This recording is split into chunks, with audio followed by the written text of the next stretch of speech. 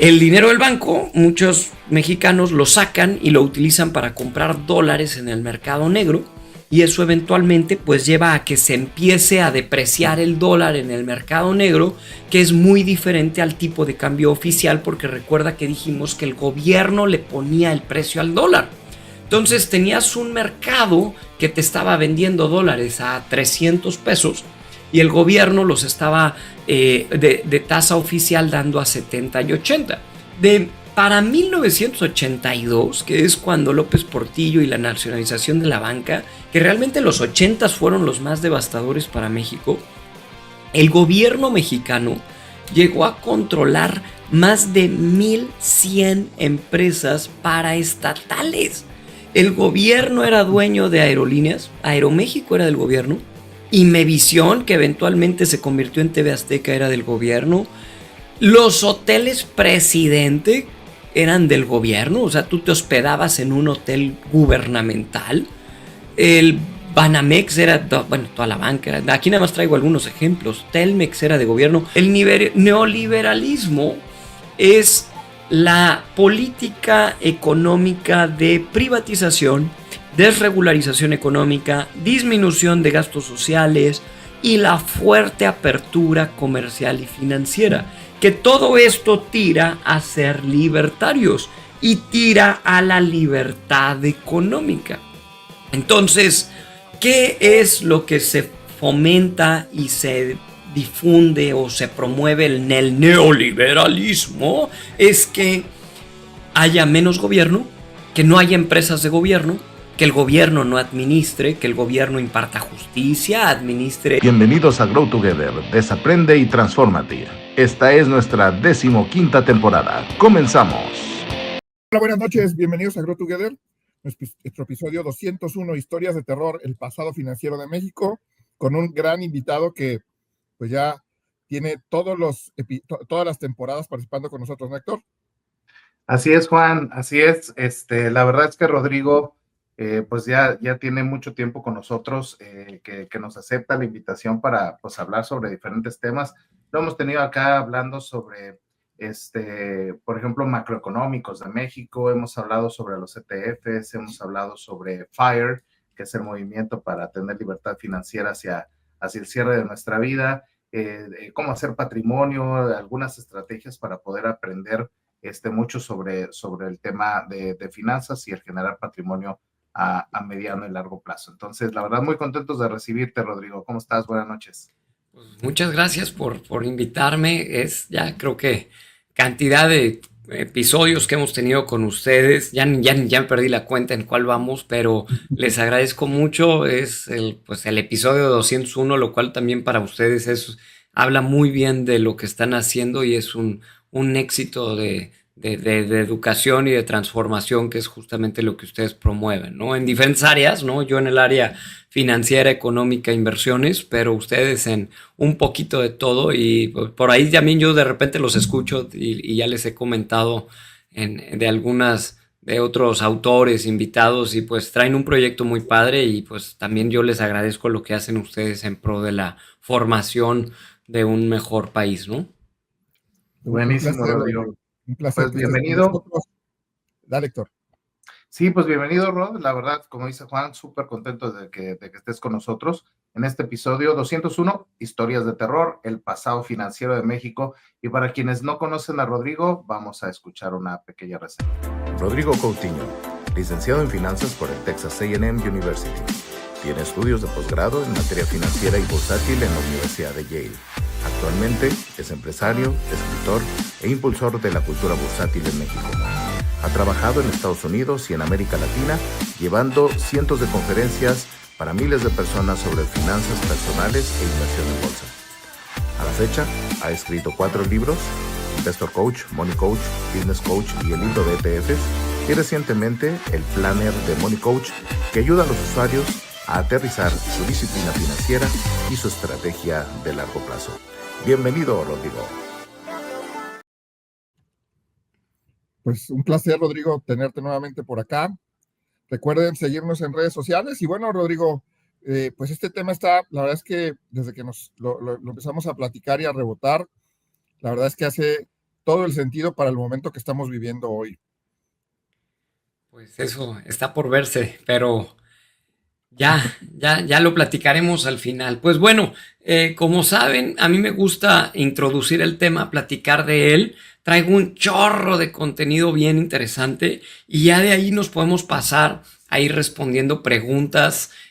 Juan, Héctor, si de repente van viendo algo que vale la pena señalar, pues por ahí me detienen. De lo contrario, dejamos las mejores preguntas y respuestas al final, platicamos, ahí entramos un poquito en materia de debate. Y bueno, la verdad es que México ha tenido un pasado financiero bastante turbio, ¿sí? Me atrevo a decir que no ha sido bastante positivo.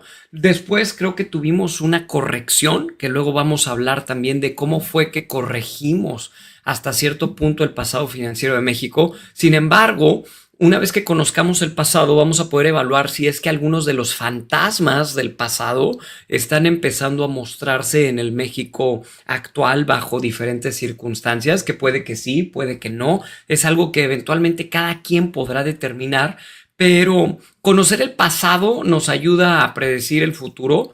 Y en materia patrimonial, aquí yo creo que la mayoría de los que nos escuchan son inversionistas independientes y escuchar este tipo de historias, ¿no? Historias de terror, buenas o malas, nos permiten blindarnos, proteger a nuestras familias, proteger nuestro plan FIRE, ¿no? Si es que buscamos alcanzar una libertad financiera y saber hacia dónde mover nuestro dinero, porque hoy ya no es como antes, Juan y Héctor. Antes no había la libertad para mover dinero tan sencillo y rápido y como hoy en día, pues prácticamente tienes la oportunidad, ¿no? Entonces, antes de hablar de las historias de terror del pasado financiero mexicano, déjenme comentarles de Venezuela, porque pues creo que mucho se ha hablado del declive venezolano y también pues nos escuchan muchos jóvenes que no saben que Venezuela fue uno de los países más prósperos a nivel mundial.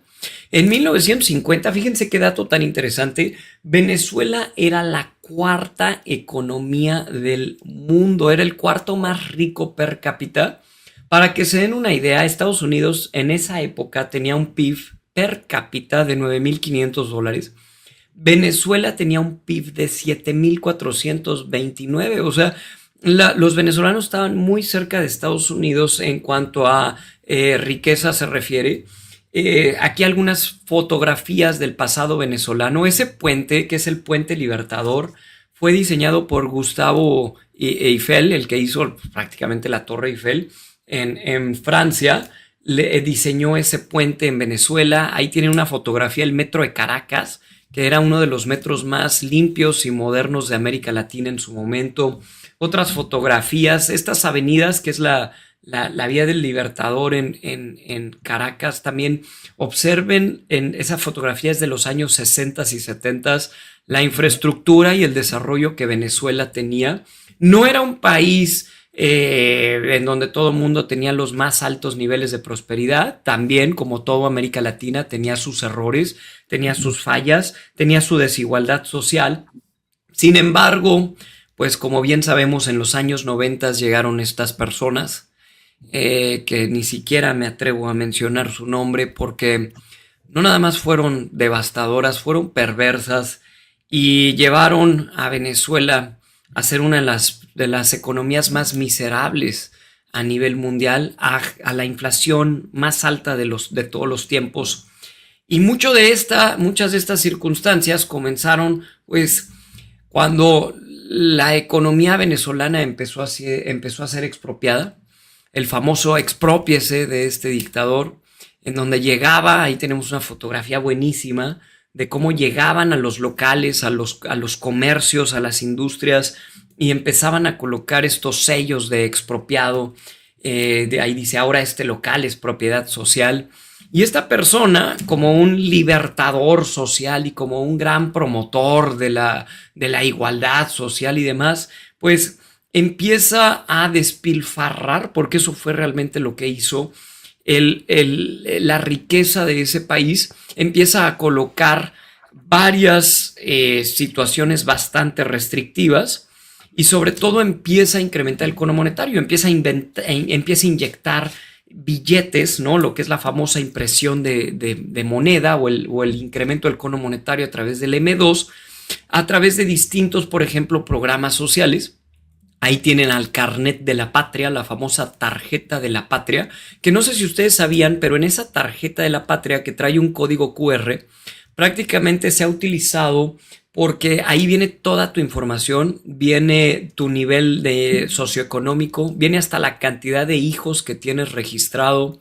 Con ello se racionaliza y durante mucho tiempo tenías que pasar esa tarjeta en los comercios para determinar cuánta cantidad de productos podías comprar. Esa tarjeta, bueno, no saben la cantidad de información de cada venezolano que tiene. Después de las elecciones incluso les hacían pasar la tarjeta a los venezolanos para registrar y tener un control de si votaron o no. Pero también esta tarjeta se convirtió en un control de emisión de programas sociales. Vean la cantidad de programas de transferencia a través de las tarjetas de bienestar de la patria venezolana que se empezaron digamos, a entregar a los trabajadores, a las personas y a todos aquellos que estaban suscritos al programa de la patria, ¿no? Bono del pueblo valiente, bono de carnaval, bono especial Niño Jesús, bono Simón Bolívar, bono por la vida, bono aguinaldo en ahorros en Petros, bono de la independencia, bono del Día de la Madre, bono Victoria de Carabobo. Toda esa cantidad de bonos se empezaron a dispersar a través de estas tarjetas, lo cual eventualmente cuando empiezas a arrojar cantidad de dinero a las calles, bueno, vaya, lo que llamamos en economía dinero de helicóptero, pues llevó a Venezuela a que el dinero pues prácticamente valiera una nada y se empezaron a llevar a cabo las reconversiones cambiarias. Esas fotografías que están viendo ahí en pantalla, dinero tirado en las calles. Entonces la situación se empieza a agravar. Una vez que el dinero ya no alcanza, una vez que el país ya no tiene riqueza, una vez que los empresarios ya emigraron, una vez que la confianza de las inversiones, la certidumbre y este político pues prácticamente espantó a los capitales, a los que emprenden, a los que son sobre todo gente educada de altos niveles de preparación para crear negocios y demás, pues entonces empiezan los controles de precios. Se crea una superintendencia que se llama la SUNDE, que prácticamente determina a qué precio se va a vender cada uno de los productos. Se empieza a controlar a qué precio se vende la leche, el pan, el huevo, el pollo, y entonces pues los empresarios son forzados a vender por abajo de los niveles de producción, lo que lleva a estas grandes filas que se vivieron sobre todo por ahí del 2016 al 2021, cuando veíamos estas fotografías que le dieron la vuelta al mundo de gente haciendo horas de cola afuera de un supermercado, los anaqueles vacíos. Y bueno, gran parte de esto se lleva también porque empezó una prohibición no nada más de compra de dólares, sino también de importaciones, exportaciones, entradas de dinero, salidas de dinero del país. Bueno, no saben la historia de terror que los venezolanos han vivido durante los últimos más de 25 años de su vida. Yo creo que todos conocemos un venezolano. En México, pues hay muchísimos, en Estados Unidos, en Colombia. No es un país tan grande, es un país en una cuarta parte de la población de México y literalmente millones, son millones los venezolanos que han salido de Venezuela. Ahí tenemos unas fotografías de los famosos bachaqueros, que son los que empezaron a introducir productos en contrabando al país. Y pues llegó un punto en el que tenías que comprar estos productos a través de estas personas en una especie de mercado negro.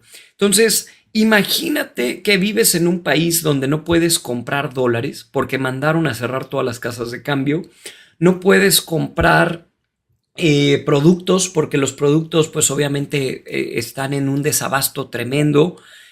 No puedes salir del país porque ¿cómo te llevas el dinero fuera del país? No puedes hacer transferencias al extranjero.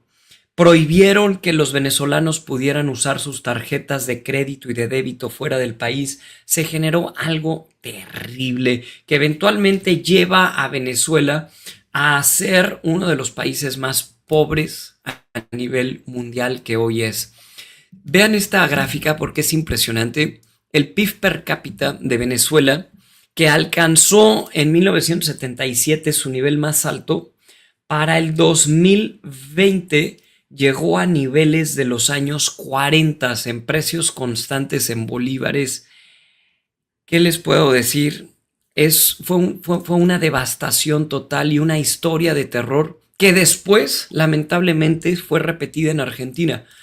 El gobierno argentino, bajo sobre todo los Kirchner y luego Fernández, Cristina Fernández, que es una declarada chavista, copiaron muchos de los modelos exitosos para ellos, ¿no? Obviamente para mí un fracaso total y una perversidad del gobierno venezolano, y llevan a Argentina a lo mismo.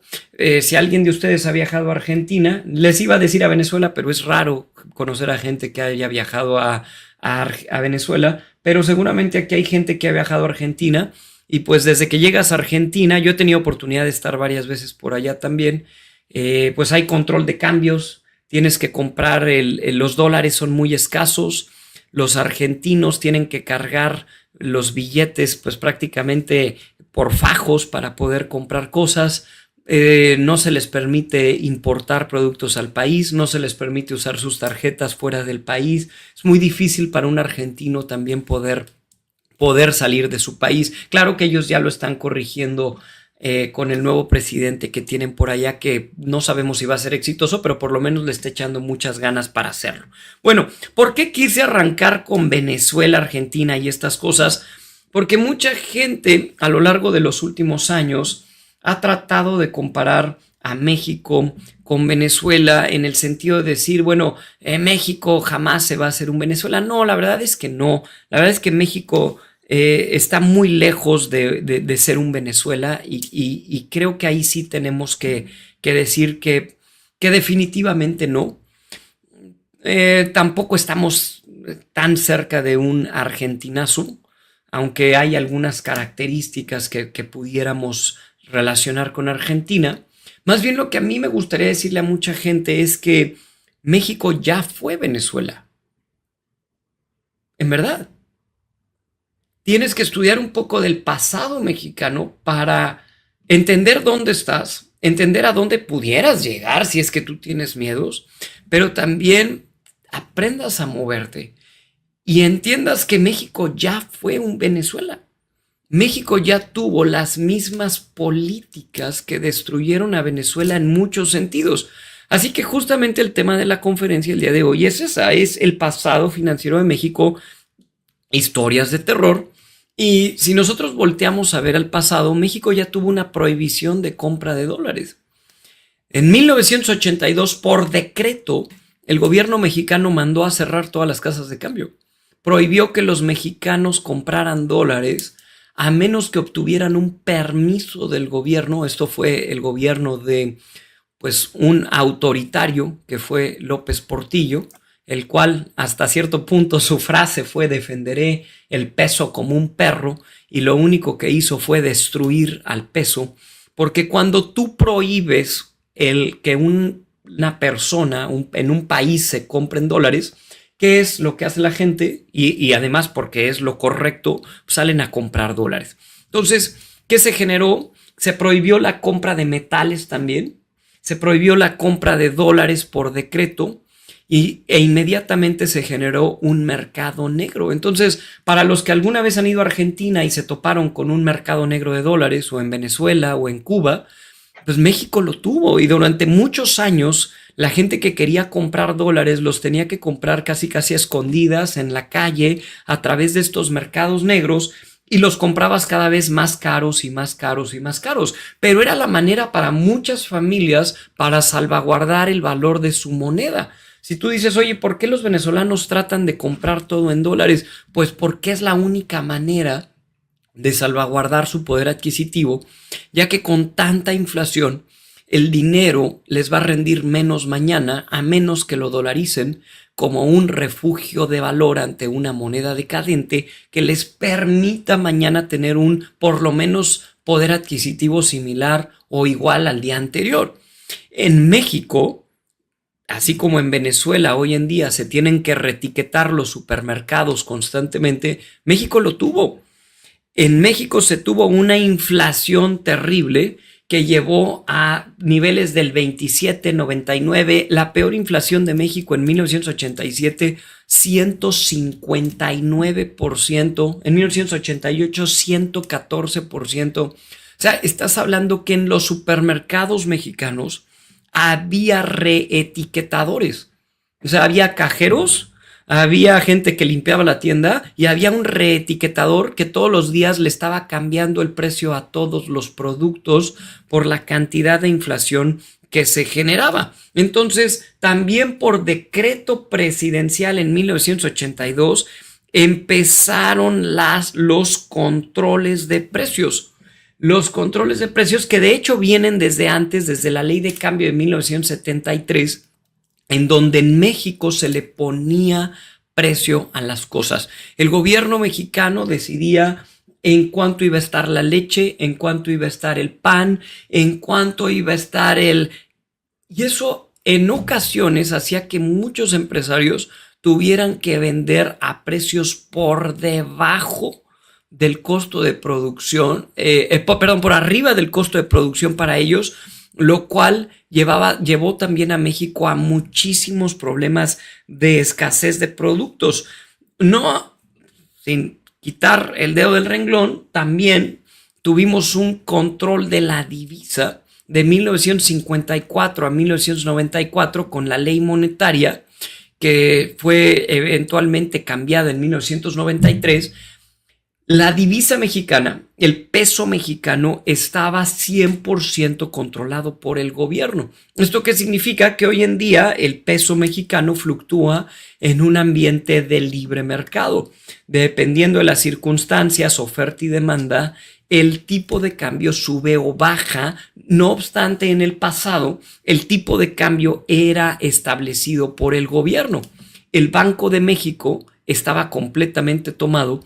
Y no fue hasta 1993 que se dio la autonomía total al Banco Central.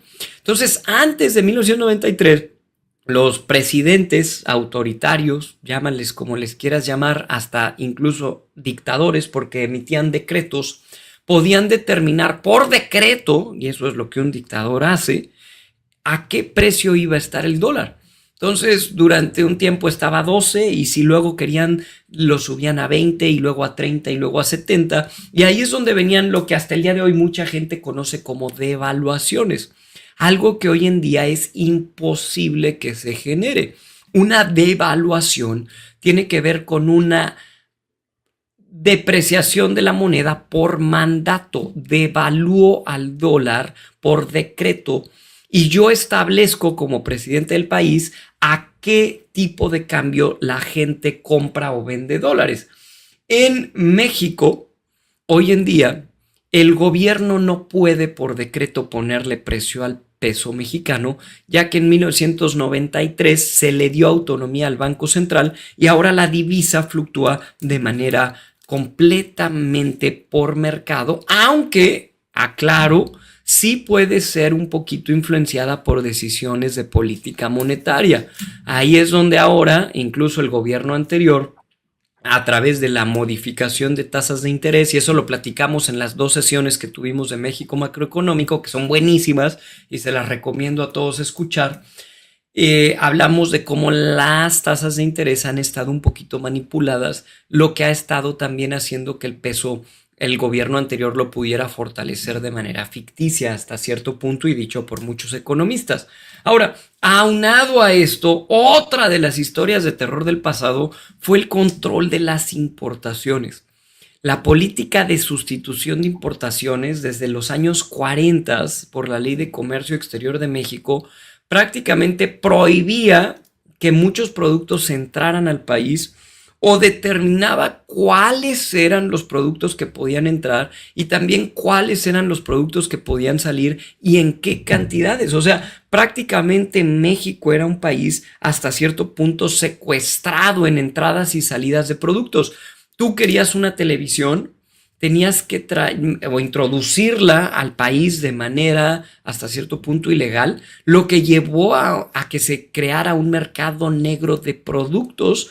Y de ahí los famosos chiveros. No sé si ustedes han escuchado ese término, muchos tal vez nos están escuchando, son muy jóvenes, pero estos chiveros eran personas que de manera ilegal o con contactos del gobierno introducían productos al país debido a que no era como hoy en día que pueden entrar y salir productos de manera libre, sino que había controles de importaciones que no permitían que incluso productos electrónicos o de cierta necesidad para la gente en México se pudieran vender.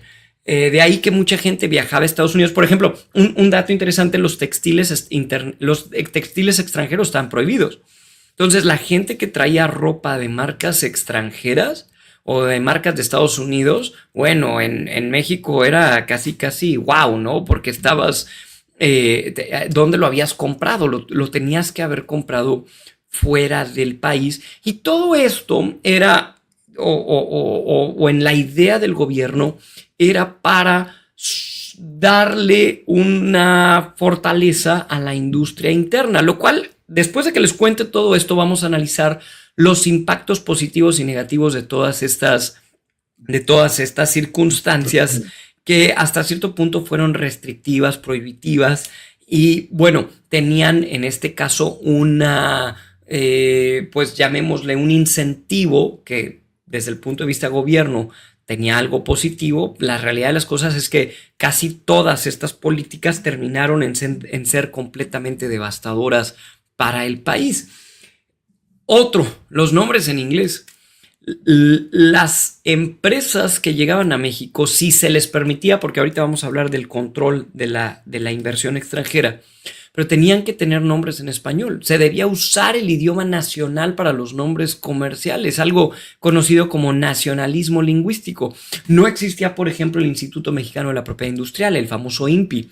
Existía la SECOFI, en donde se llevaban a cabo los registros de marcas, y a la mayoría de la gente, cuando se le ocurría un nombre en inglés, se los prohibían. Entonces, las empresas mexicanas tenían que llamarse con nombres españoles. No sé si por ahí gente del público puede nombrar empresas mexicanas, pero por ejemplo era Aerovías de México, era el nombre de Aeroméxico, ¿no? Teléfonos de México era lo que después se convirtió en Telmex, pero las empresas tenían que tener nombres muy propios. Si tú querías ponerle así como ahora Smart Tech a tu empresa, no, le tenías que poner Empresa Tecnológica Mexicana, ¿no? Y si no, la Secretaría de Relaciones te prohibía el nombre o denominación como tal. Después se empieza a generar con todo esto un gasto público tremendo. Un gasto público, el gobierno empieza a gastar, y eso lleva a un efecto de incrementos de deuda que truena a la banca mexicana. En los años 80 se da la nacionalización de la banca. Por decreto también se nacionalizan todas las empresas financieras, y la banca termina siendo propiedad del Estado. Incluso ahí tenemos una propiedad en donde por decreto, ¿no? El presidente López Portillo da la instrucción de que todas las empresas financieras pasan a manos del Estado, e incluso se hicieron al Zócalo, ¿no?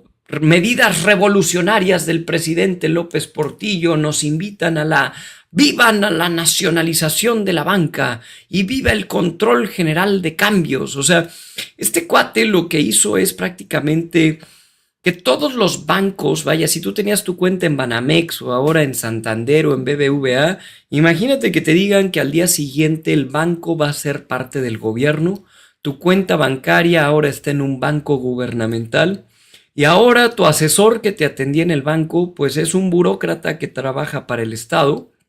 Y ahora la sucursal a la que vas a ir es una dependencia de gobierno.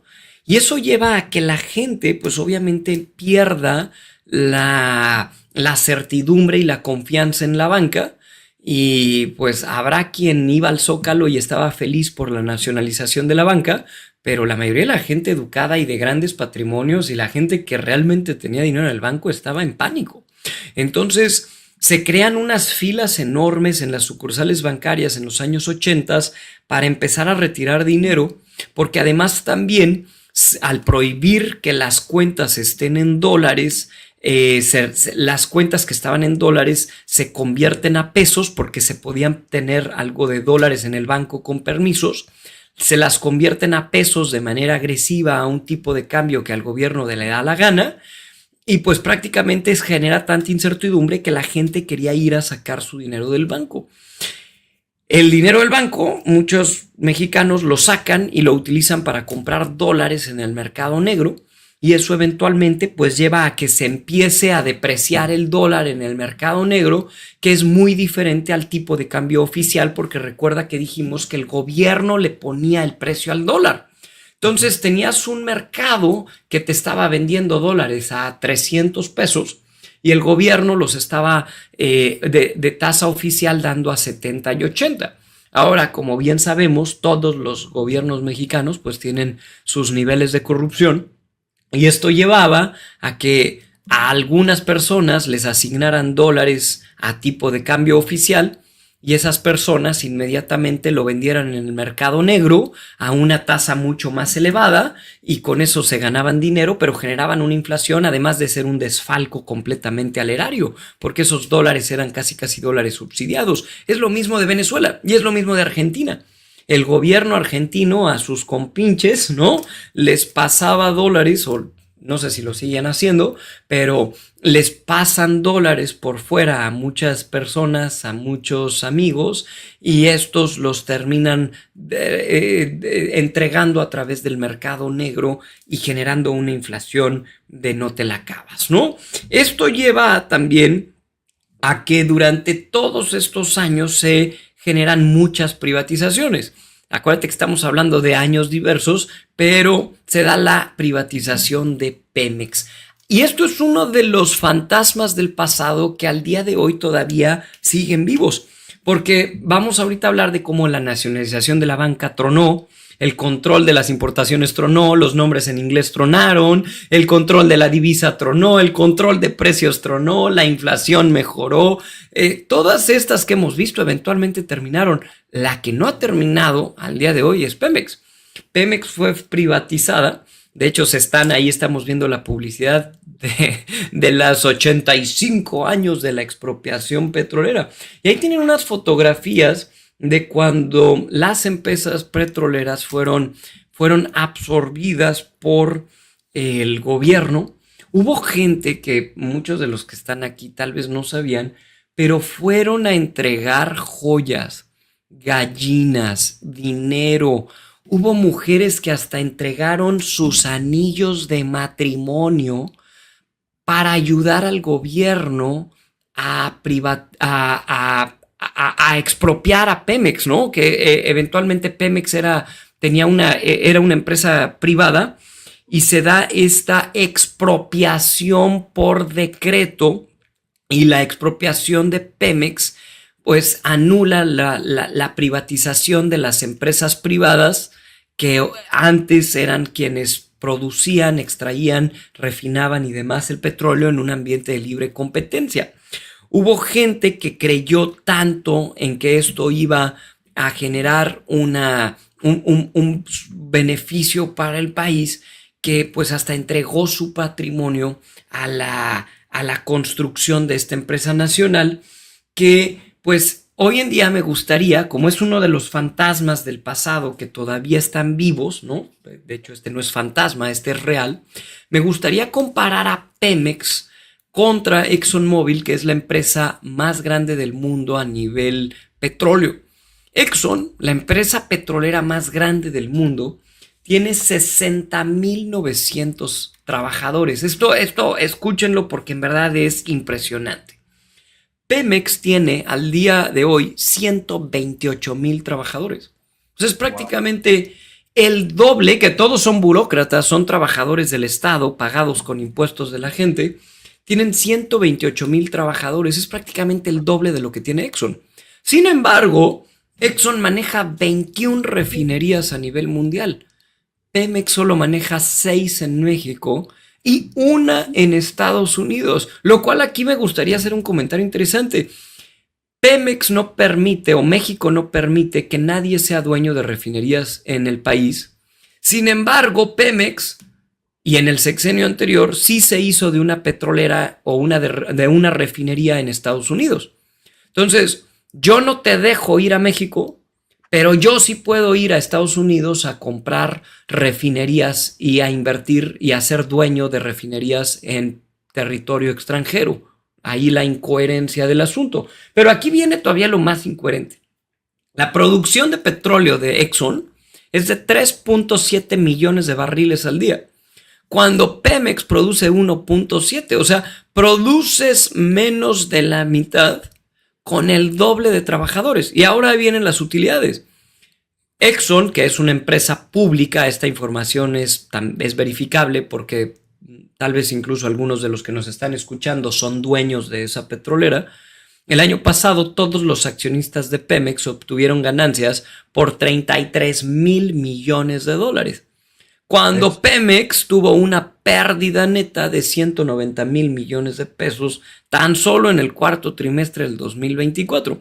Entonces, tienes una empresa que algunos le llaman empresa productiva, pero la verdad es que cuando tú entregas una empresa a manos del gobierno, terminas causando un declive empresarial terrible, una pérdida de productividad y eventualmente una carga al erario. Ahora, para 1982, que es cuando López Portillo y la nacionalización de la banca, que realmente los 80s fueron los más devastadores para México, el gobierno mexicano llegó a controlar más de 1,100 empresas paraestatales. El gobierno era dueño de aerolíneas, Aeroméxico era del gobierno, Imevisión, que eventualmente se convirtió en TV Azteca, era del gobierno. Los hoteles Presidente eran del gobierno, o sea, tú te hospedabas en un hotel gubernamental.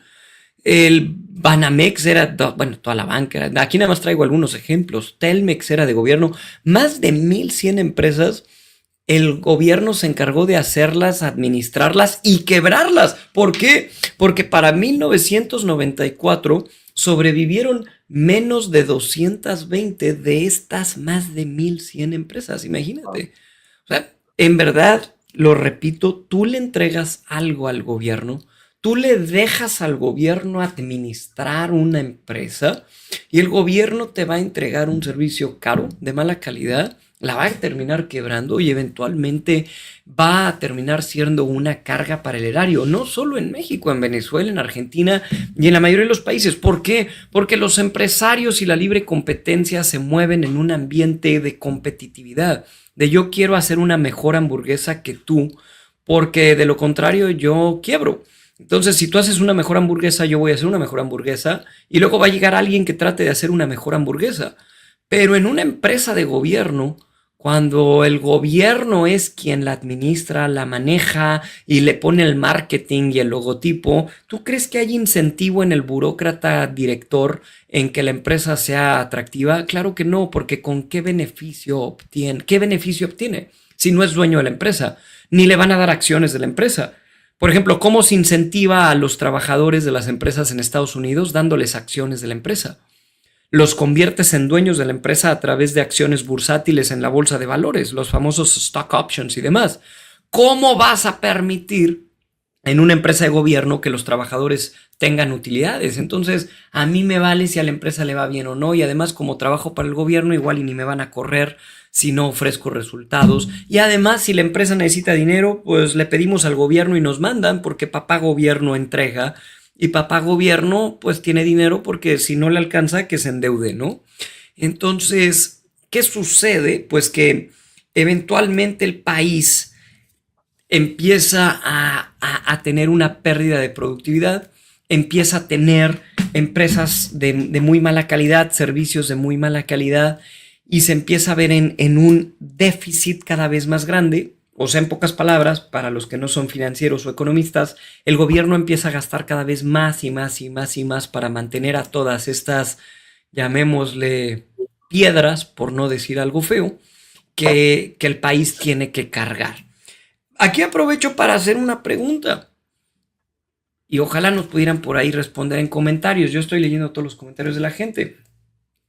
¿Qué empresa ofrece un producto o servicio? ¿Qué empresa gubernamental ofrece un producto o servicio que sea mejor que lo que ofrece una empresa privada y a mejor precio? Ojo, no el precio que pagas tú, sino lo que realmente le termina costando al país. Porque tú podrás decir, bueno, es que a mí me dan gratis, no sé qué, sí, pero al país le cuesta, y le cuesta más caro.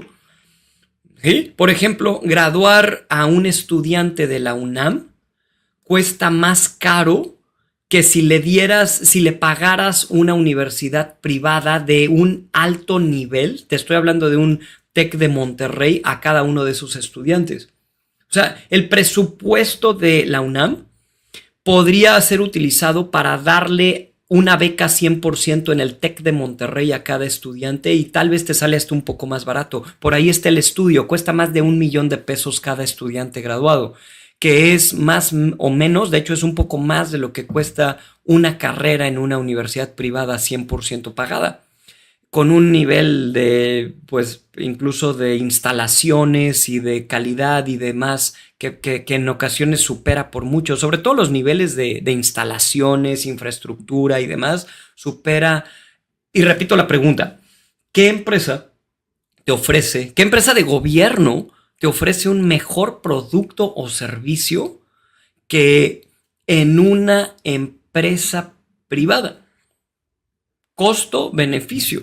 Por ejemplo, ahí Ernesto Tapia dice que Salud Digna es un ejemplo de una empresa privada que da precios muy baratos en sus estudios de salud. Lo valido porque yo en una ocasión hecho un estudio en esa empresa que estás mencionando, y el servicio, la verdad es que fue de muy buena calidad a un costo muy accesible, y en ninguna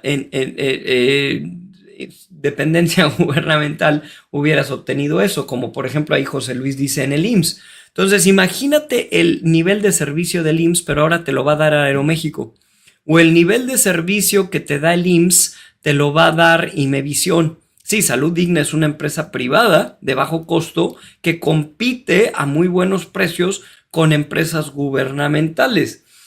También tienes ahí el ejemplo de farmacias similares. Mucha gente prefiere atenderse en farmacias similares que atenderse en el IMSS en cuestiones muy básicas, a pesar de que lo tengan que pagar, ¿no? Estoy leyendo los comentarios de lo que la gente está comentando por ahí. La realidad de las cosas es que siempre en un ambiente de libre competencia, en un ambiente privado, vas a obtener mejores resultados a menor costo por esta simple hambre de los empresarios de ser mejores. Ahora ahí te va otro de los fantasmas del pasado, historias de terror: las restricciones a la inversión extranjera. Estaba prohibido invertir en México sin un permiso. Vaya, estas empresas y este México moderno que hoy conocemos, en donde tienes productos de todo el mundo, en los 70s, 60s, 80s no se hubiera podido lograr debido a la ley para promover la inversión mexicana y regular la inversión extranjera de 1973, en donde queda reservada de forma exclusiva a mexicanos la participación en ramas que se consideren estratégicas para el desarrollo nacional. Ahí es donde se prohíbe que lleguen empresas extranjeras a invertir sobre todo en áreas importantes para el país como desarrollos, infraestructuras, ni se diga, bueno, área petrolera, desarrollo petrolero, tecnologías, cualquier cosa que el gobierno determinara que era estratégico para el desarrollo nacional, la aviación, el sector financiero y demás, quedaba en manos de mexicanos o en manos del gobierno, ¿no? Entonces volvemos a lo mismo. Si tú querías unos buenos tenis Nike de buena calidad, pues los tenías que meter al país de manera ilegal, lo que llevó a estos mercados negros. Entonces, la pregunta aquí es, ¿a qué nos llevó a esto? ¿Y qué pasó, no? O sea, ¿por qué toda esta restricción y por qué esta nacionalización de la banca y todos estos problemas? Pues Luis Echeverría y López Portillo fueron los dos grandes, llamémosle, culpables de lo que sucedió. Fueron gobiernos de tipo populista, me atrevo a decir socialistas, por la cantidad de prohibiciones y controles que pusieron. Todo lo que mencioné es lo mismo que Venezuela vivió en los 90s y en los últimos 25 años. Esos mismos controles México los tuvo. Y el Hugo Chávez y Nicolás Maduro de México iniciales fueron Luis Echeverría y José López Portillo. Subieron los salarios, se multiplicaron los subsidios, se crearon decenas de empresas paraestatales, se invirtió masivamente en infraestructura sin planeación que no funcionó para nada, se creció enormemente el aparato burocrático y la deuda se disparó tanto por un constante déficit fiscal. Estos cuates ordeñaron a la vaca hasta que la vaca ya no dio leche. ¿Por qué? Porque le empezaron a drenar a Pemex. Acuérdate que Pemex fue privatizada y no permitieron que entraran empresas a invertir al país. Controlaron las importaciones, controlaron divisas, controlaron los precios. O sea, realmente México no desarrolló una industria propia más que vivir de una vaca que daba leche, hasta que la vaca tronó. Se empezaron a subir salarios por decreto, lo que generó una inflación enorme. Los subsidios, ¿no?, que eventualmente fueron los programas sociales, se volvieron el vivir y vivir de todos las familias, pero de ahí que las familias necesitaban cada vez más y más para poder conllevar la terrible inflación. Los gastos que hacía el gobierno eran infraestructura que no era productiva. Vaya, no construían infraestructura que se trasladara en inversión de crecimiento del PIB. Y cada vez eran más empresas de gobierno, cada vez eran más burócratas, cada vez era más compadrazgo, como algunos están colocando por ahí en sus comentarios. Y cuando tú creces al gobierno, cuando tú incrementas la cantidad de administración que el gobierno tiene y cuando el gobierno se vuelve más poderoso por todos esos controles, pues eventualmente el país quiebra. Eso lleva a una pobreza a México enorme. Fíjense, en los años 70, la pobreza por ingresos afectaba al 72% de la población. De hecho, en 1968 México llegó al 72% de pobreza, que en 1996, cuando tronó México en el 94, porque ahorita voy a hablar de la crisis de diciembre, México llegó a tener una pobreza por ingresos del 75% de la población. La pobreza extrema alcanzó niveles del 25%, eso lo vemos en otra gráfica, y prácticamente el 53% de la población mayor de 7 años vivía en pobreza educativa en los años 70, que eso no está muy lejos. O sea, eso es los años de muchos de nuestros padres o abuelos. Más de la mitad de la población tenía unos niveles de educación muy bajos, los que los llevaban también a niveles de pobreza por ingresos también extremadamente elevados. Quiero, antes de continuar, decir que yo catalogo a todos los políticos, latinoamericanos, y esto ya se los había mencionado a ustedes, Juan y Héctor, ¿se acuerdan? Yo los catalogo desde perversos, que es lo peor. De ahí nos seguimos a terriblemente malos, y yo creo que los más buenos son los malos. Entonces, si por ahí alguien va a decir que es que yo soy de un partido o de... No, a ver, para mí todos los políticos latinoamericanos van desde menos malos hasta muy malos, tirándole a perversos, ¿no? Donde ya con ánimos de destrucción emiten políticas de compadrazgos, incluso hasta de corrupciones a niveles devastadores, ¿no? Pero no, yo no creo que haya mejor a uno que digamos, este era el bueno, no. Sin embargo, déjenme decirles algo. En los 90s México truena. O sea, en los 80s empieza la devastación, viene la nacionalización de la banca, todo pasa a manos del gobierno en el sector financiero, y en los 90s truena. El gobierno deja a los bancos completamente devastados, el tipo de cambio por las nubes, la inflación por las nubes, y entonces ahí es cuando llega el neoliberalismo. Y es lo que por ahí se ha escuchado mucho del periodo neoliberal, ¿no? Es que los neoliberales y los... Bueno, a ver, hablemos de qué es el neoliberalismo. El neoliberalismo es la política económica de privatización, desregularización económica, disminución de gastos sociales y la fuerte apertura comercial y financiera, que todo esto tira a ser libertarios y tira a la libertad económica.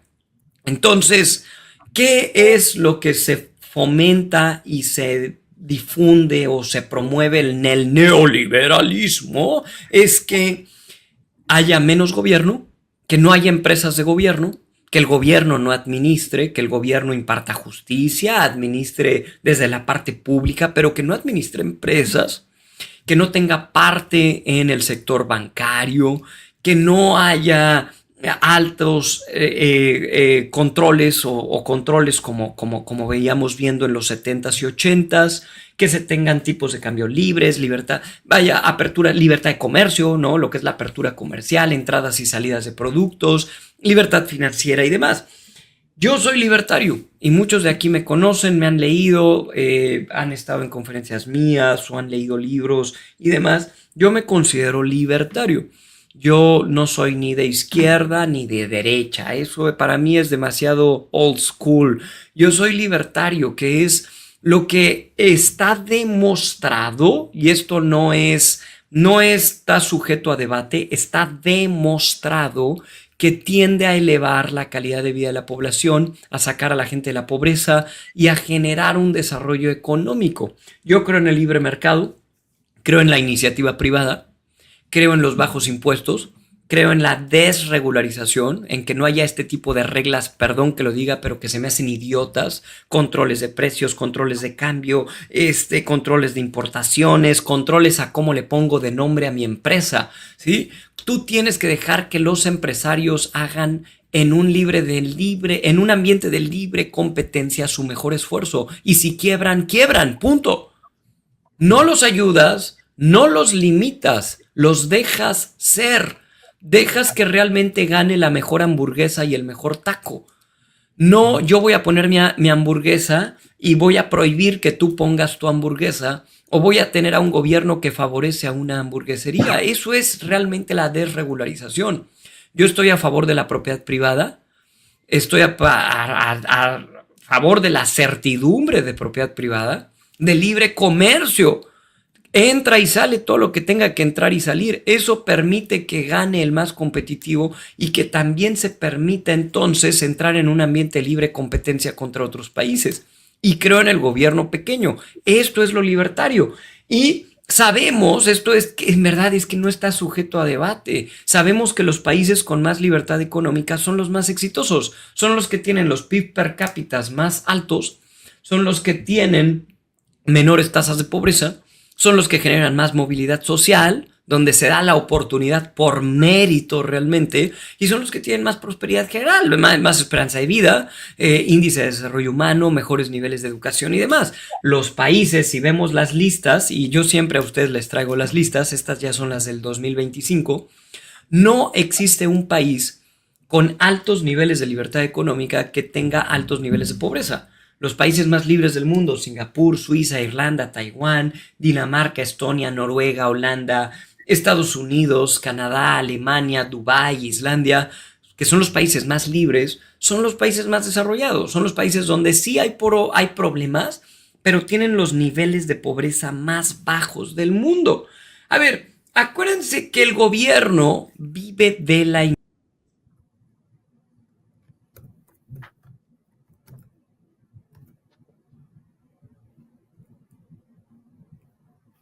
Parece ser que tuvimos caída ahí con Rod. Ahorita seguramente se va a conectar. Denos unos momentitos. Sí, algo falló. La verdad es que está muy interesante la conversación, pero Rodrigo regresa en unos minutos. Ya hay varios comentarios ahí. Hay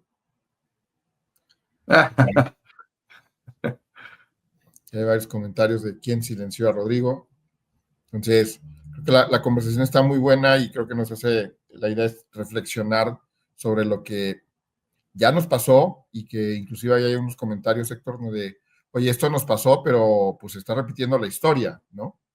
Entonces, nos está dando ejemplos de cómo se está repitiendo la historia en el país, cómo en otros países les ha pasado y en varios ha sido el mismo resultado, ¿no? Así es, Juan. Así es. Y fíjate que creo que Rodrigo nos trae puntos interesantes, como esto que decía, ¿no? México ya fue Venezuela. Ya en algún momento nos tocó vivir controles de precios, nacionalización o privatización o expropiación de empresas que eventualmente se volvieron gubernamentales. Y el punto acá, aunque nos decía Rod que ve muy difícil que eventualmente lleguemos a niveles como los de Venezuela por todas las condiciones que ya ha generado el país, pues eventualmente el poder cuidar estas decisiones que vamos tomando, pues obviamente pues ante un mundo como el que se está viendo a todas luces, pues eventualmente el anticiparnos, el poder conocer, el saber que son las cosas que ya pasaron y que eventualmente provocaron la debacle de México, pues vayamos tomando esto en consideración, ¿no? Creo que Rod, ahorita que regrese, seguramente pues nos va a compartir un poco cómo es que esta información nos puede servir no solo para conocer el pasado, Juan, sino también para poder anticiparnos de qué decisiones tomar pues en los próximos meses, que seguramente ahí estaremos. A ver, dame un segundo. Sí, o sea, la realidad es que hay cosas que, pues de lo que se trata al conocer la historia es de que no la volvamos a repetir y caer en los mismos errores, no tropezarnos con las mismas piedras. Pero bueno, creo que los puntos que nos da Rodrigo y varios comentarios que hay acá, bueno, tienen que ver con eso, ¿no? Algunos se han repetido, dicen, la historia está repitiendo, otros, el reto está importante, otros, hay países que están regresando a eso, hablan de que, pues, Donald Trump también está haciendo lo mismo con los aranceles, y que bueno, es importante tener esta libertad y no estar regalando dinero, ¿no? Porque pues, al final al regalar dinero, pues haces más fácil y generas mayor inflación. Pero creo que ya tenemos a Rodrigo ahí de regreso, después de estos problemas técnicos, pero hay comentarios ahí interesantes. Lo que se comenta Rodrigo dice que Dinamarca tiene libre mercado y libre impuestos efectivos, ¿no? Deja trabajar a las empresas. Listo. ¿Ya me escuchan? Ya estamos ahí, Rodrigo, ya te escuchamos ya perfecto. Tuve aquí un crash, tuve un crash general del equipo, una disculpa, por ahí dicen que se fue el internet, no, hubo un crash, vaya, todo mi sistema se puso en negro y ya estoy de vuelta, una disculpa. Les decía que toda la infraestructura del gobierno está administrada por o más bien está nutrida por empresas privadas. Entonces, este cuadro me gusta mucho enseñarlo porque realmente aquí entendemos que la iniciativa privada es la que paga impuestos, es la que contrata trabajadores e incluso los impuestos que pagan los trabajadores vienen a través de las utilidades de la iniciativa privada. Entonces, el gobierno solo tiene dos fuentes de ingresos para pagar los salarios de su gente, los servicios públicos o los programas sociales, y es o de dinero de la iniciativa privada o de endeudarse. Entonces, cuando un gobierno empieza a atacar a la iniciativa privada, lo único que está logrando es que la iniciativa privada le dé, que es de quien come, le dé menos recursos y eventualmente el gobierno empieza a tener problemas y empieza a recurrir a deuda, porque el gobierno como tal no es o llamémosle una entidad productiva fuera de lo que puede extraer, ¿no? Entonces, una vez que entendemos esto, vamos a poder llegar a la conclusión de si fue positivo o no que México se liberalizara y tronáramos con todos estos fantasmas del pasado o terribles situaciones económicas que el pasado vivió. Por ejemplo, la pobreza disminuyó significativamente. Les hablaba que llegamos a niveles del 75% de pobreza. Hoy México tiene niveles de pobreza inferiores al 40% y sobre todo los niveles de pobreza extrema los hemos logrado llevar a menos del 12%. Eso también ha permitido que México tuviera un crecimiento económico impresionante en la bolsa. Muchos de aquí son inversionistas. Vean el crecimiento tan fuerte que se dio en la Bolsa Mexicana de Valores posterior a la liberalización de México, al famoso neoliberalismo. Entonces, llega el neoliberalismo, se liberaliza la economía, se quitan todas esos controles y todas esas restricciones económicas y la Bolsa Mexicana explota. Viene un auge de inversiones al país. La bolsa mexicana crece por los cientos y cientos y cientos de por ciento. La inflación se va al 3% que tenemos hoy, que de hecho tenemos sostenido por ahí desde hace casi 20 años. O sea, desde el 2002 llegamos a tasas del 3% de inflación. Esta gráfica es impresionante. Se logró, la inflación se detuvo, inflaciones del 100%. Hoy en día los mexicanos prácticamente no tienen ni idea de lo que sería reetiquetar el supermercado todos los días. El PIB per cápita de México se disparó fuertemente. De los 80 con un PIB per cápita de 7,000, nos vamos a PIBs per cápita de 10,000, que ahí no ha crecido tanto en los últimos 6, 8 años. Y México se da vuelta o voltea a ver hacia un México moderno. Ahora, México no es el país perfecto. Sin embargo, sí es uno de los países más avanzados de América Latina. Para los que han tenido oportunidades de viajar a otros países de América Latina, el éxito que México ha tenido ha sido envidiado por muchos países. El México de hoy es un México que sí todavía tiene muchos problemas, que sí todavía tiene varias personas en niveles de pobreza.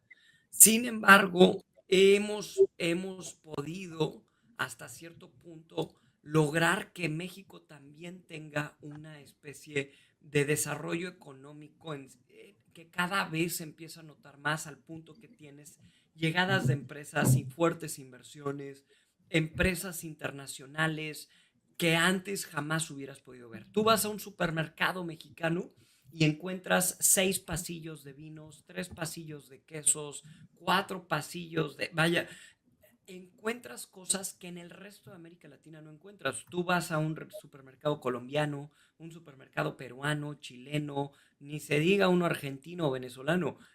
Ya envidiarían tener la cantidad de productos, servicios y de material que en México se tiene como tal, y en otros países pues como tal no existe, ¿no?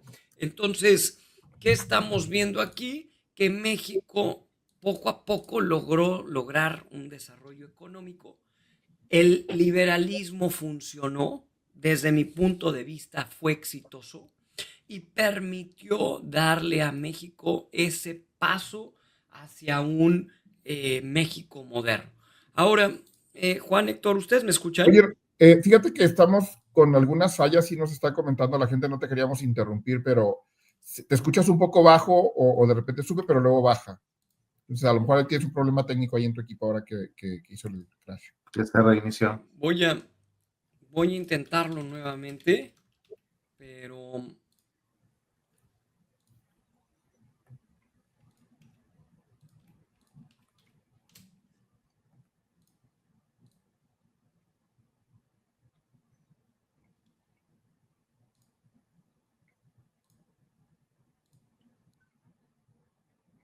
¿Escuchan?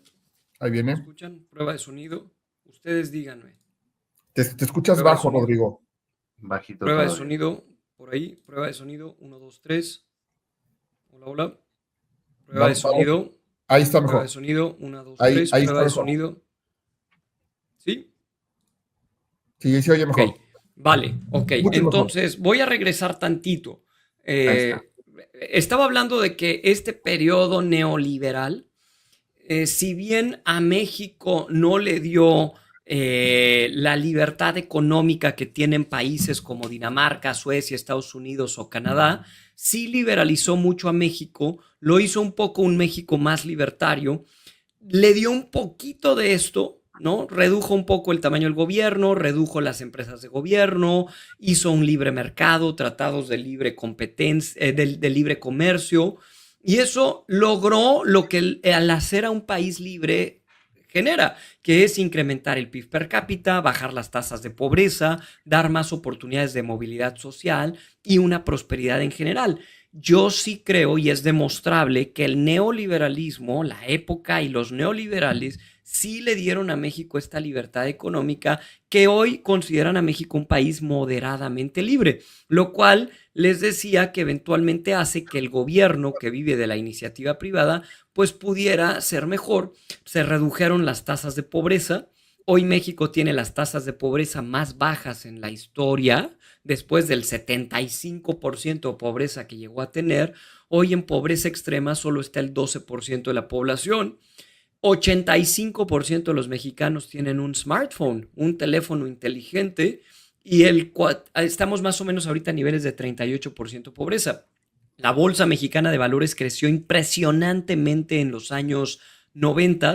Este neoliberalismo atrajo una gran cantidad de inyección de capitales. Los países del mundo voltearon a ver a México y como ahora México dice, ya perdónenme por favor, ahora sí los dejo venir, ayúdenme, me estoy muriendo de hambre.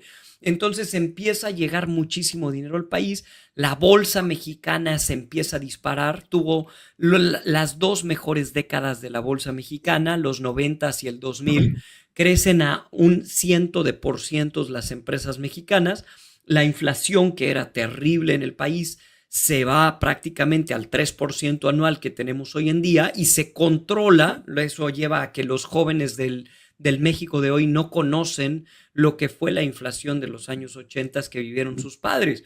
El PIB per cápita se dispara fuertemente al PIB per cápita que tenemos hoy en día y México se convierte en uno de los países más desarrollados de América Latina, que si bien América Latina es una región muy estancada y con muchos problemas financieros, pues México es uno de los mejores lugares dentro de lo malo que tiene América Latina. Entonces, deja de hablar mal de México, porque si has tenido oportunidad de viajar, te das cuenta de que México está mucho mejor que el resto de América Latina. Y México, si bien tiene todavía cosas muy feas y todavía tiene niveles de pobreza y demás, la verdad es que México también tiene su parte muy moderna. Tiene empresas de todo el mundo. Encuentras, les decía que en un pasillo, en un supermercado, puedes encontrar vinos de todo el mundo. Y es más, no en un solo pasillo. Hay supermercados que tienen 5 pasillos de vinos, 2 pasillos de quesos, leches. Bueno, encuentras la marca que quieras, del tipo que quieras. Y eso no es la realidad de América Latina. Tú vas a Chile, a Colombia, a Brasil, a Perú, ni se diga Venezuela o Argentina, y ellos te envidiarían en simplemente entender la cantidad de productos y de opciones que tú tienes en un supermercado. Las oportunidades de movilidad social en México son mucho mejores que en los años 70, 80 y México tiene una estabilidad económica que si bien no es perfecta, es mucho mejor que lo que se vivió en el pasado restrictivo mexicano estilo venezolano, porque repito, México fue un Venezuela, México fue una Argentina, y gracias a que México se liberalizó, gracias a este periodo de darle un poco más de libertad económica al país, fue que el México que hoy conocemos y el México que por lo menos a cada vez más personas les da oportunidades, eventualmente se pudo gestar. Ahora, aquí quiero empezar a ver comentarios. Les repito, yo estoy leyendo todo lo que ustedes escriben y hay fantasmas del pasado que están saliendo a la luz.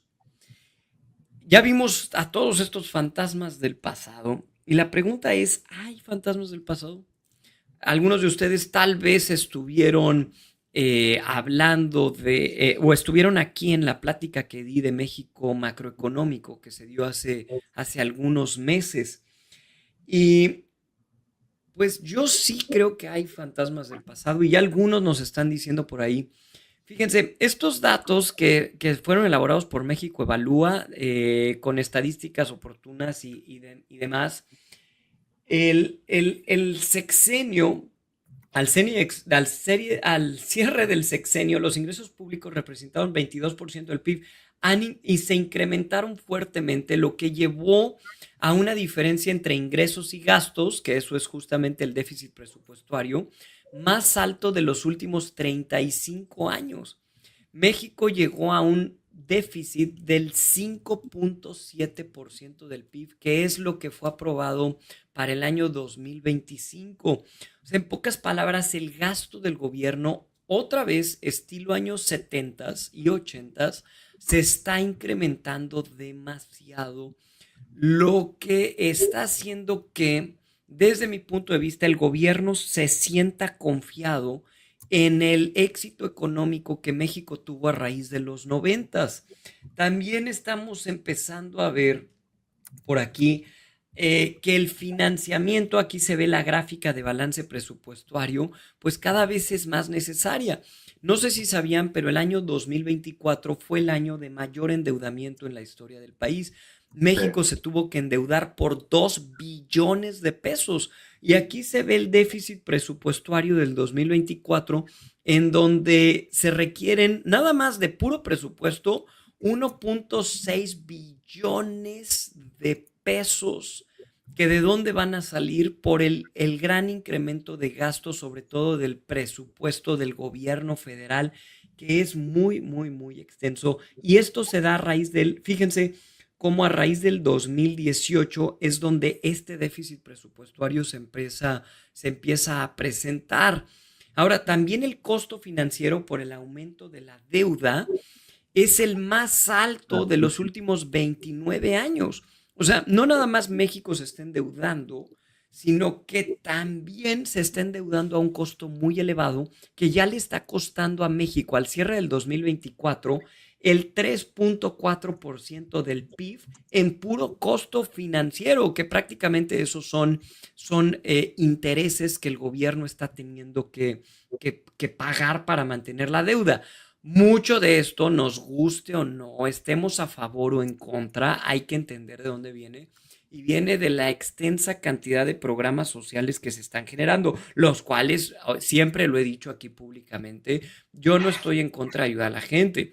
Solo estoy en contra de ayudar cuando eso nos pudiera llevar a que después a todos nos vayan a tener que ayudar.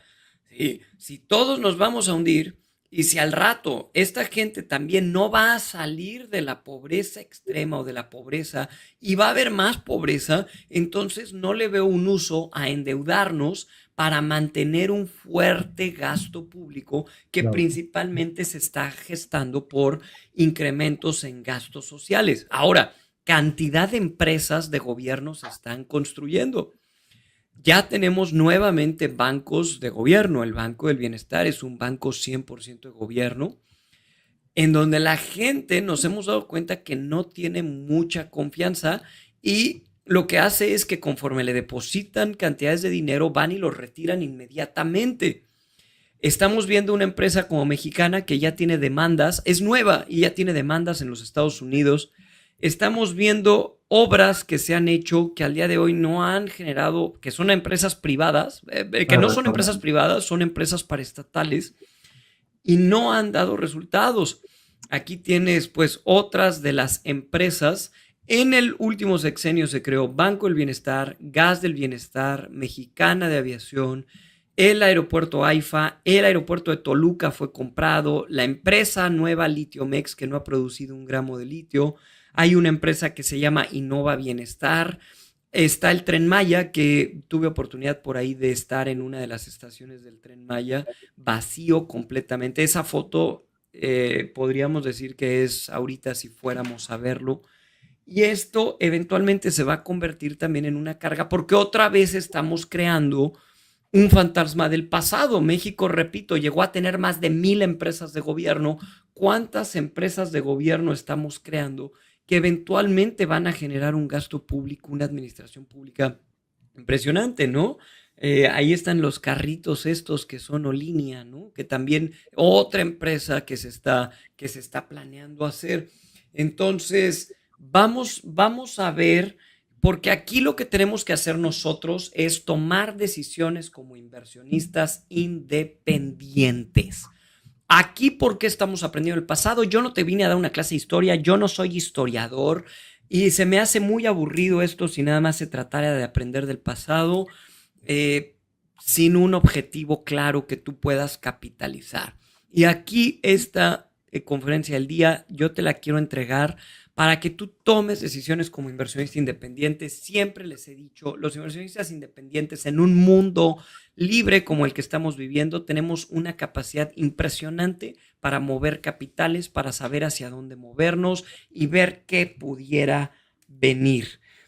Creo que necesitamos entender el pasado para entender el presente y predecir el futuro financiero y macroeconómico.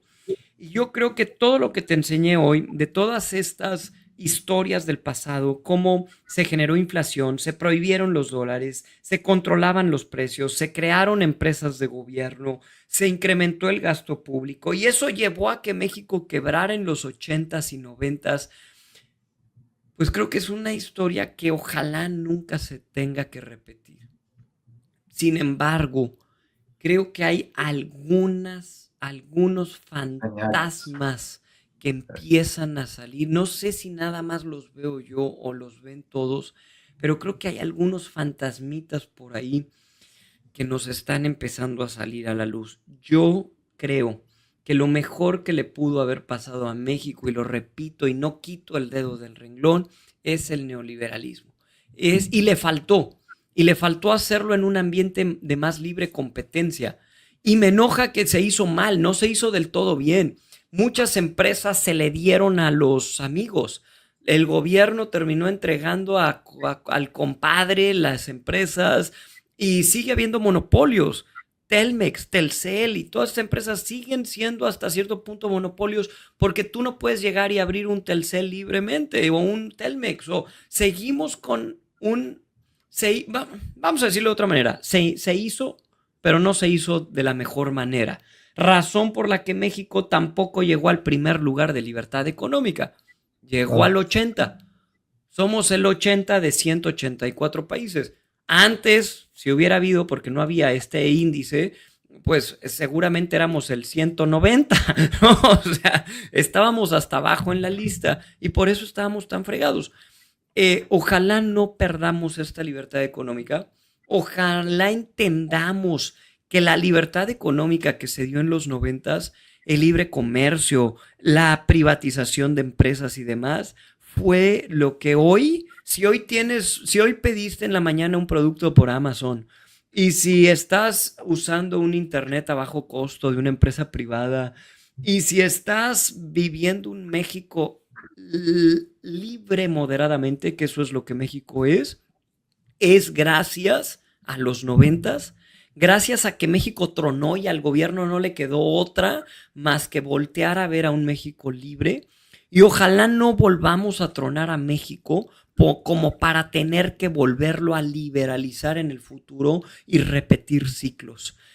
Argentina ahorita está entrando en la etapa que México entró en los 90s. Milei está tratando de liberalizar a Argentina porque Argentina cayó en todo lo que México vivió en el López Portillo y Echeverría y todos estos mexicanos restrictivos de los 70s. Entonces, y Venezuela lo vivió en los 90s.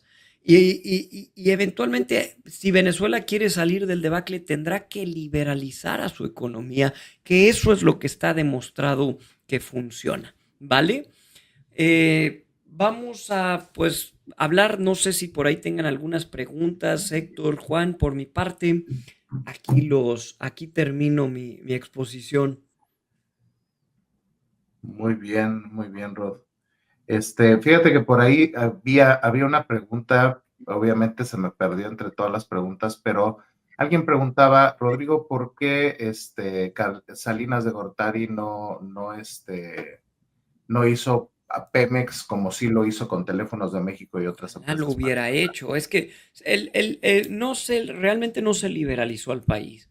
Vaya, se intentó, se hicieron esfuerzos y también el gobierno es muy corrupto y Pemex ha sido una mina de oro también para ellos mismos, ¿no? Eh, pues podríamos hasta nombrar al difunto Romero de Champs y poder ver que tal vez también había un compadrazgo ahí, como siempre lo ha habido en instituciones gubernamentales y entre políticos. Yo hubiera privatizado a Pemex 20 veces y no a Pemex, sino permitir que todas las empresas petroleras pudieran competir en un ambiente de libre mercado, como en Noruega. En Noruega el petróleo es estatal, las empresas son públicas, le entregan el dinero al gobierno y el gobierno noruego lo invierte y tienen el fondo más grande del mundo o de los top 3 fondos más grandes del mundo. Entonces, quítate la idea, si un político algún día te vendió la idea nacionalista de que el petróleo en manos del pueblo, no es cierto, es el petróleo en manos de un gobierno que lo maneja a su gusto y las empresas privadas es la mejor forma de extraer el petróleo porque lo extraen a un bajo costo con tecnología de alta calidad. El gobierno no tiene que endeudarse, no hay burócratas ahí y nada más recibes dinero. Esa es la forma perfecta como en Europa y en muchos países se extrae el recurso estatal, el cual sigue siendo un recurso estatal.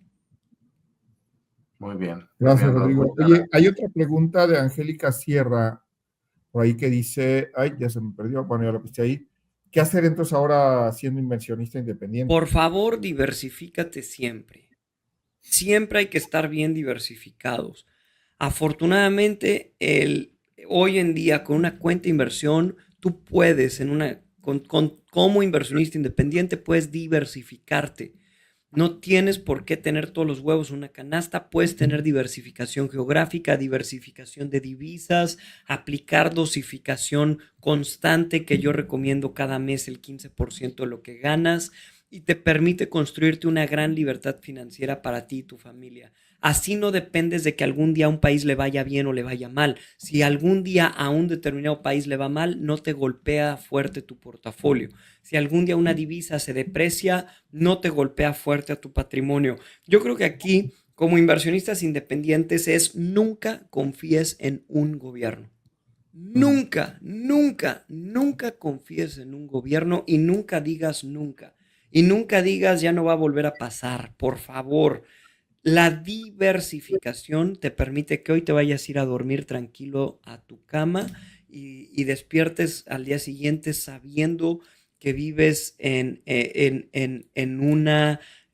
un ambiente económico interno en tu familia, saludable a futuro, que te permita hacer FIRE, ¿no? Lo que nosotros llamamos alcanzar la libertad financiera. Aprendan a invertir, háganlo como inversionistas independientes, eso es fundamental.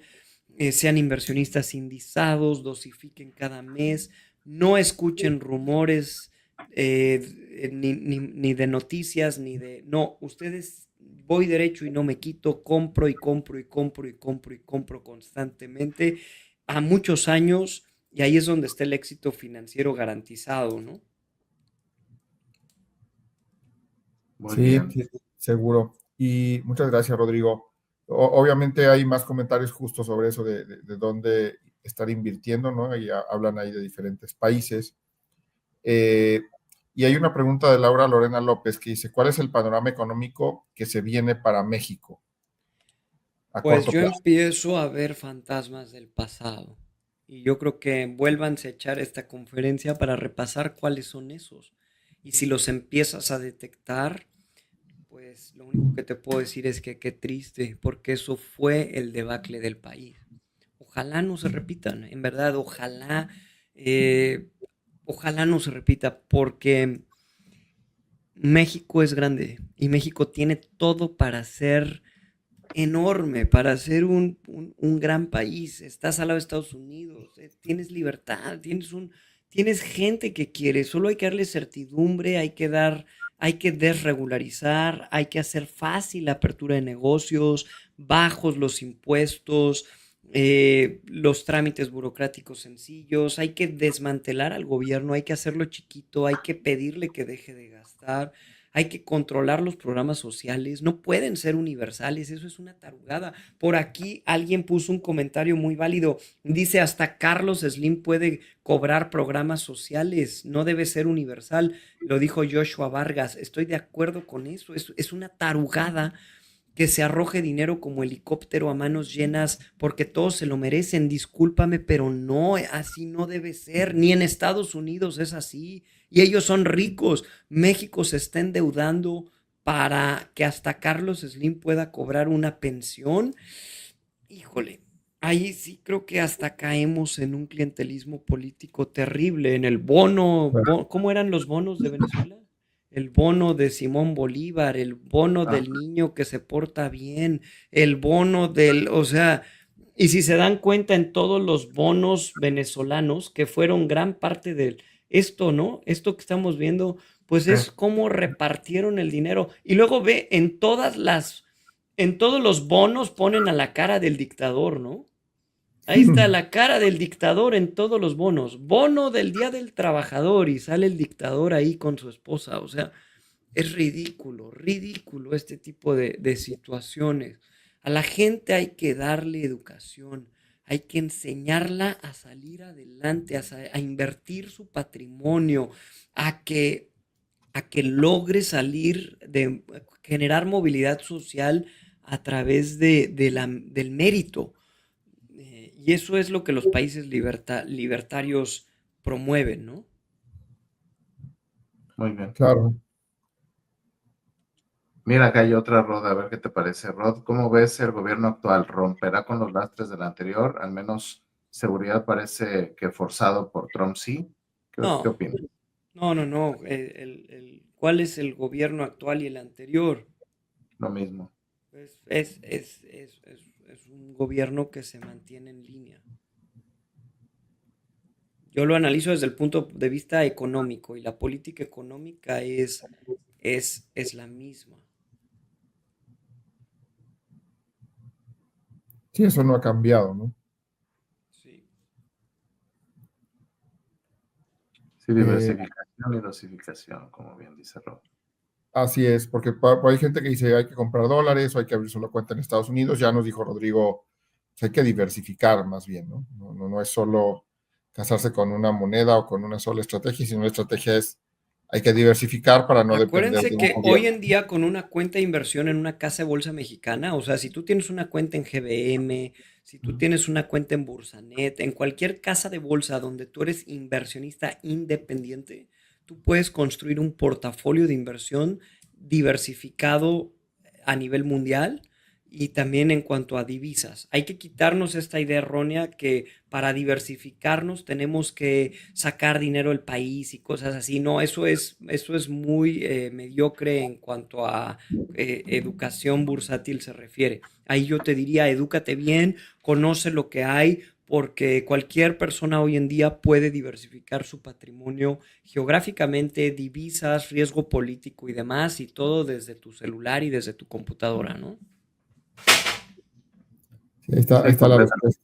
Sí, o sea, no es casarnos con una sola y digo, también hablaba gente, Rodrigo, de obviamente tomar los cursos que tú das vía Investor House. Entonces, no sé si quieras comentar cuándo son los siguientes.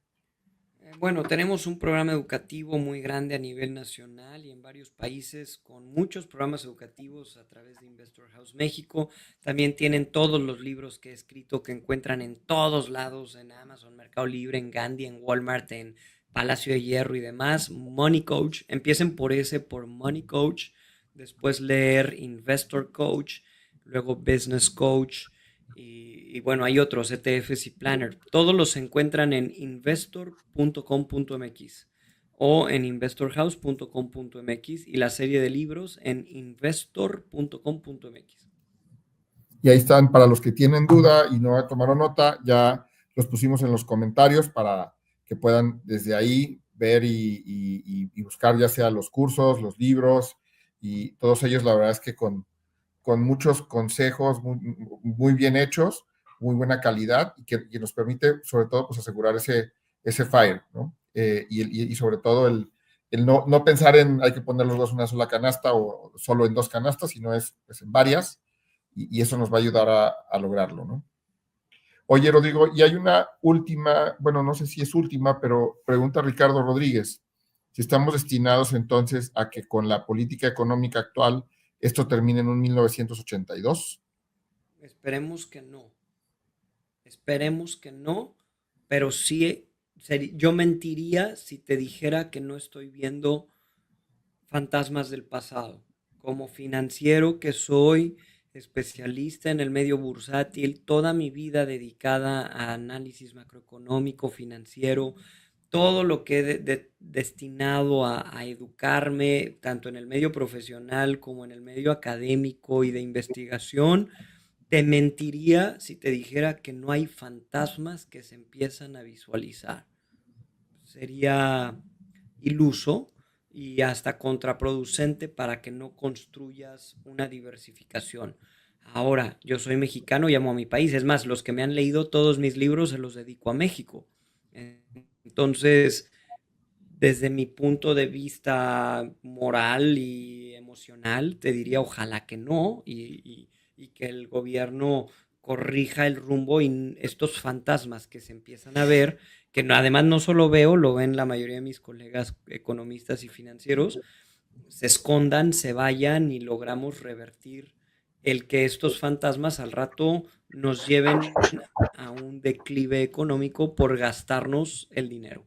México no estaba tan mal como nos quisieron vender. La verdad es que México tenía sus cosas buenas, tenía su lanita, tenía sus reservas internacionales, sus fideicomisos forrados en billetes, una moneda muy sólida, una inflación muy baja, un banco central autónomo, tasas de interés muy bajas, una bolsa que crecía bastante bien, sobre todo en los 90s y 2000, una reducción de deuda, porque Calderón llevó a México al punto más bajo de deuda contra PIB en la historia del país. O sea, había muy buenas cosas a pesar de lo malo, pero también teníamos mucho bueno y éramos una envidia de América Latina. Entonces, también cuando tienes cosas buenas, pues tienes de dónde gastar. Y cuando Claro. tienes de dónde gastar, la tarjeta pues empieza a llenar. Y el problema es cuando la tarjeta se llena y ya no tienes cómo pagarla. ¿Cómo Y pagarlo? entonces Claro. ahí es lo que le pasó a México en los 80s, porque sí, con la expropiación de Pemex en los 70s hubo billetes, pero la gallina se acabó en los 70s, 80s y México tronó en los 80s. Entonces, yo creo que en México hay que seguirlo liberalizando. Hay más neoliberalismo, es lo que nos va a permitir estilo Milei, estilo, bueno, en algunas cosas, te iba a decir Estados Unidos, pudiéramos voltear a ver hacia un México más libre, que nos dé más competitividad y atraiga más capitales y eso nos permita incluso generar industrias propias. México, ¿saben uno de los riesgos que yo veo? México depende muchísimo de la mano de obra barata. Ese es realmente el fuerte de hoy de México. Esa mano de obra se va, en cuestión de 5 o 10 años, se va a reemplazar por inteligencia artificial y robots. Sí, Entonces ya no vas a necesitar a gente Mano de obra barata. en una línea de producción. Vas a tener a un robot tejiendo, a un robot haciendo jeans, vas a tener a un robot armando vehículos. Eventualmente la inteligencia artificial que tú hoy ves en ChatGPT al rato va a manejar un robot y va a tener manos más hábiles para producir que la mejor persona en una máquina de coser. Y México no ha desarrollado una industria, México no tiene industria propia fuerte, depende demasiado de la... Por eso ahorita le están dando las manos a Trump, ¿no? Doblando las manos ante Trump, porque México depende de eso. Claro, Entonces, pero si es tan difícil abrir negocios en México, entonces, y si hay tanta incertidumbre para invertir en México, entonces, ¿quién se va a atrever a invertir, no? totalmente, totalmente. Y bueno, creo que no hay más preguntas o comentarios, ¿verdad, Héctor? Pues, no, ¿qué les parece si se avientan un resumen así como express? Vale, vámonos para allá. con todo, güey. Vamos con el resumen.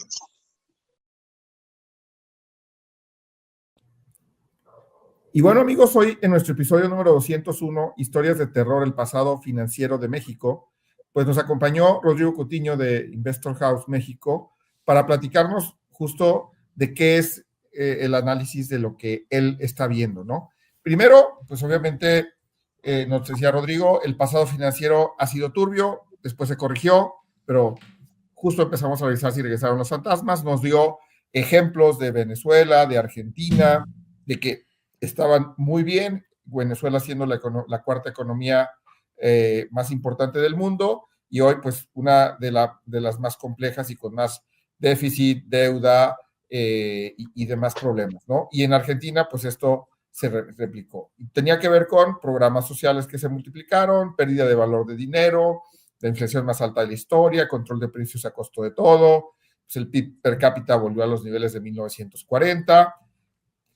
Entonces, lo que podemos decir es, México ya fue Venezuela, ¿no? Si estudiamos el pasado, pues en el 82 se prohibió compra de dólares y de metales por decreto, pues obviamente las compras en el mercado negro para mantener el poder adquisitivo se incrementaron, en 1988 tuvimos una inflación del 114%, se implementaron controles de precio y para, llegando a su fin la década de los 80, ya arrancando la década de los 90, en el 93, pues se le dio autonomía al Banco Central.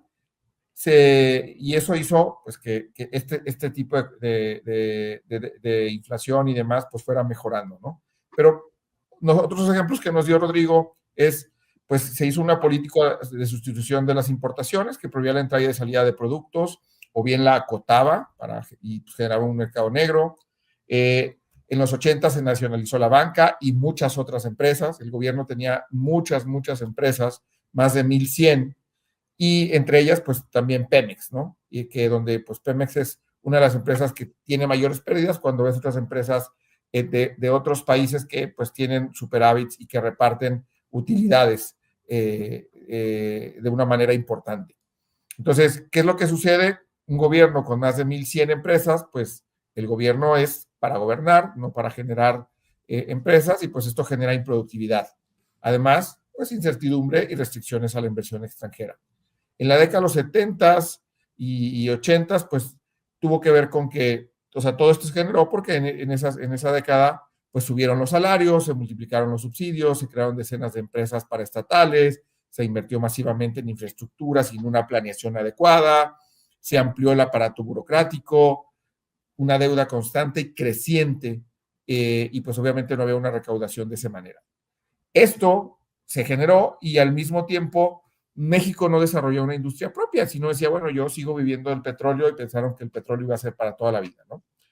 Esto genera pobreza en México, tanto económica como educativa, ¿no? La gente no tenía acceso a seguirse preparando. Sin embargo, con el neoliberalismo en México entre los 1992 y los 2010, pues se promueve las privatizaciones, se promueve la desregularización económica, la disminución del gasto social, fuerte apertura comercial y financiera, tratados de libre comercio. ¿Para qué? Para tener libertad económica.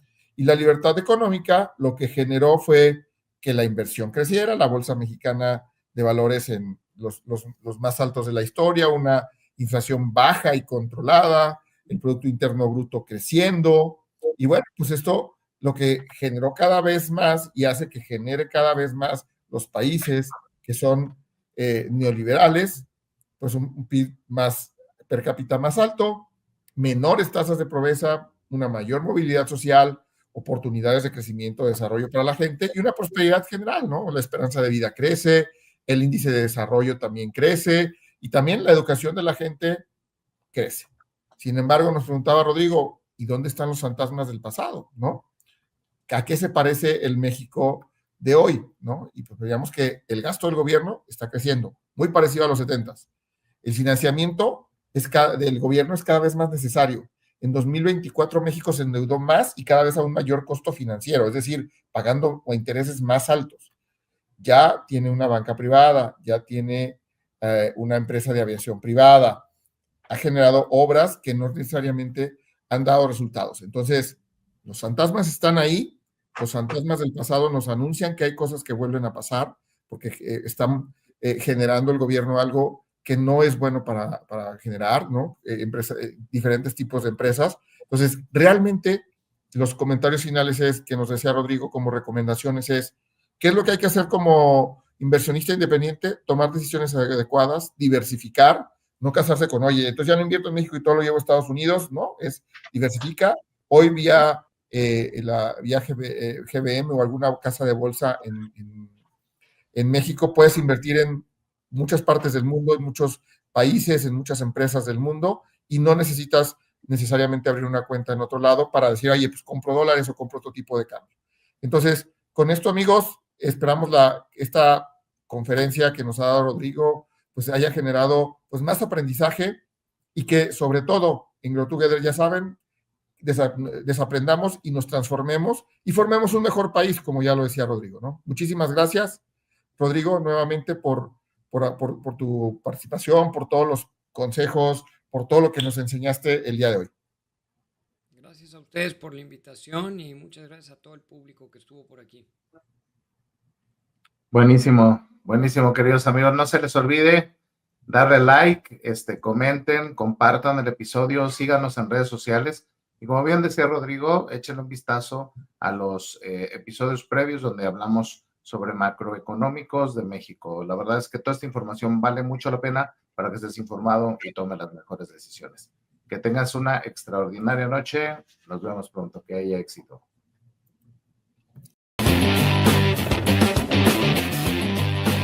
¿Y bien? ¿Qué vas a hacer por ti? Recuerda seguirnos en redes sociales como Grow Together MX o Grow Together MX1 en Instagram. Compártelo, dale like y recuerda, desaprende y transfórmate.